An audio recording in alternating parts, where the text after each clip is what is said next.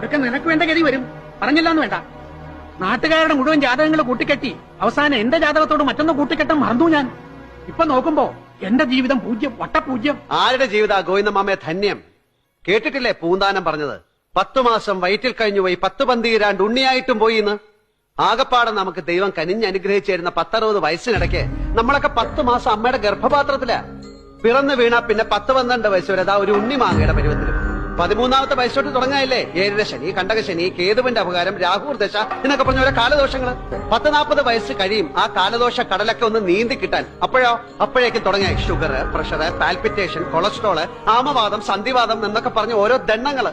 ഒടുക്കം മയോകാർഡിയാക് ഇൻഫ്രാക്ഷൻ എന്ന ഓമന പേരിൽ ഒരു ഹാർട്ട് അറ്റാക്കും. ടീം ഒരു ബലൂൺ പൊട്ടിപ്പോണത് പോലെ പൊട്ടിത്തെറിച്ചു പോയില്ലേ? അതോടെ നമ്മുടെയൊക്കെ ജീവിതം. എന്താ പ്രഭാകര? എന്താ രുക്മാവതി അമ്മേ? എന്താ ഗോവിന്ദമാമേ? ആർക്കെങ്കിലും എന്തെങ്കിലും മറുത്തു പറയാനുണ്ടോ?